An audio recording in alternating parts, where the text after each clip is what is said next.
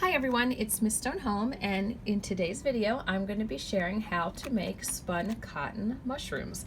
So I've been really into making spun cotton figurines, but first I started with mushrooms. So this one is pretty much finished. It just needs a little clip so it can be displayed, but there are so many ways that you can finish these off. This one has some glitter and some mica and more glitter on top, and you can pick all different colors and markings. So I have this little field guide here, and it is great to look through because you can see different shapes and different colors depending on what you are trying to make and use these mushrooms for. So the supplies are pretty simple and inexpensive. Everything that you buy comes in large quantities, so you can make so many of these. So these skewers I picked up at Target for $1.99 for like 50 skewers. You could probably go to a dollar store and get them even cheaper. A pack of index cards, there might be 100 in there for $1, but you could even use like old greeting cards. I think that'd be a great way to reuse them. Some cotton batting came in a couple yards for like $6 at Michael's.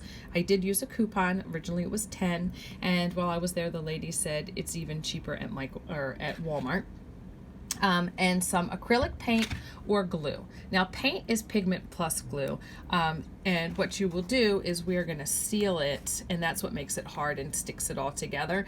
And I just like it all being white and like a fresh canvas before I decorate it, but if you wanted it to be more natural looking, because this cotton does have like a tan with little flecks in it, then you could use a Mod Podge or an Elmer's glue, and it would preserve that natural color.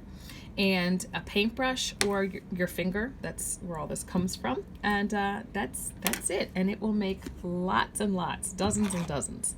So the first thing we're going to do is we're going to cut a circle and a rectangle out of this index card, and we're going to put it together to form the shape of your mushroom. You can see this one definitely has a different shape than this big domed one. I've made some that were doubles where they kind of stick out like that. That was really cute.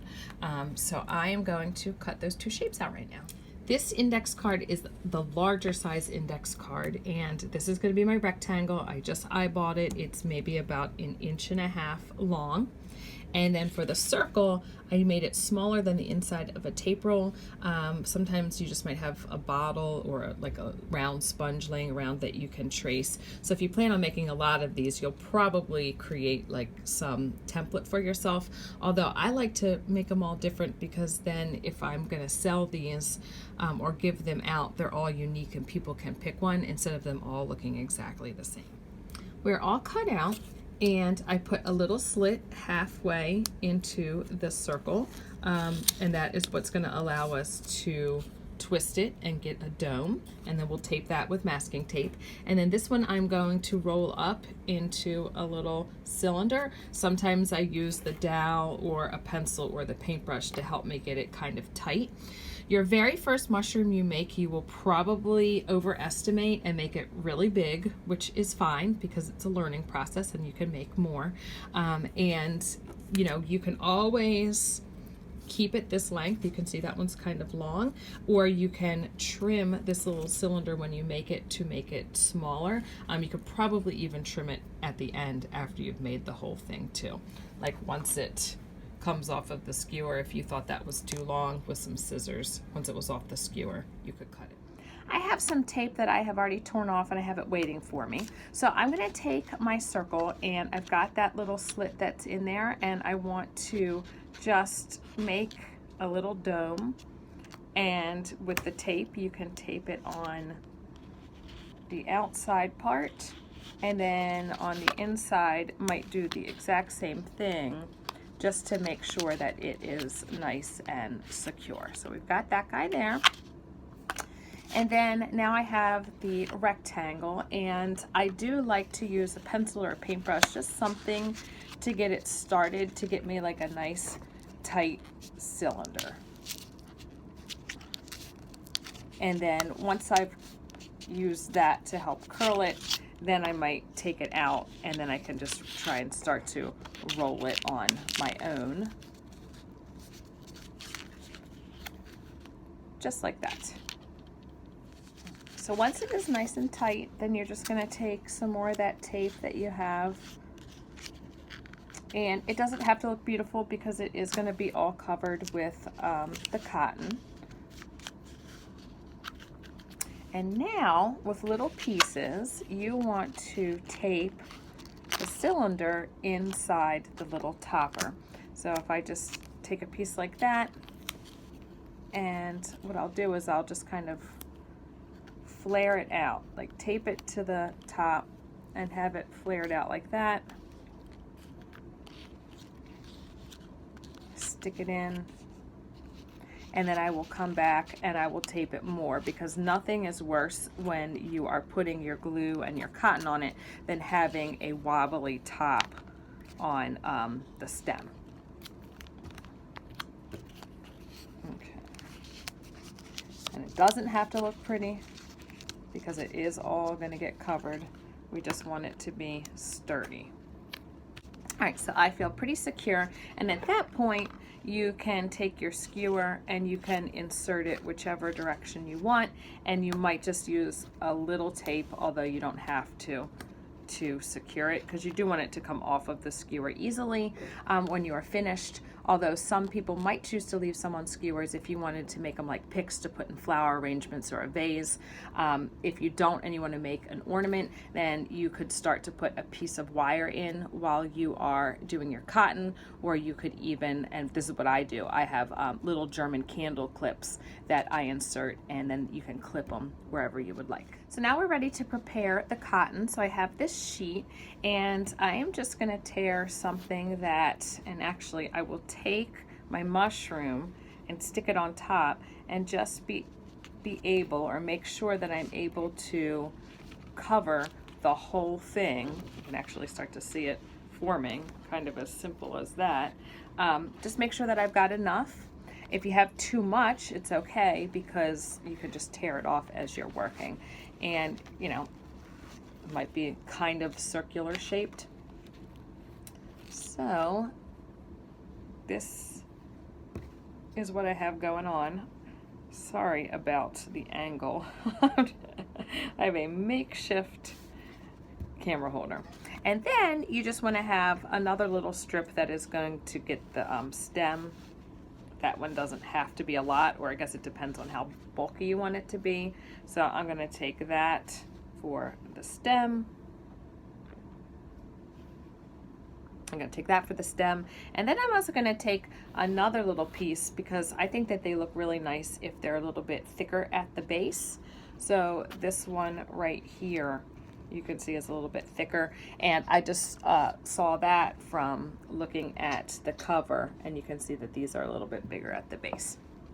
Okay, so at this point you want to get your acrylic paint onto your palette,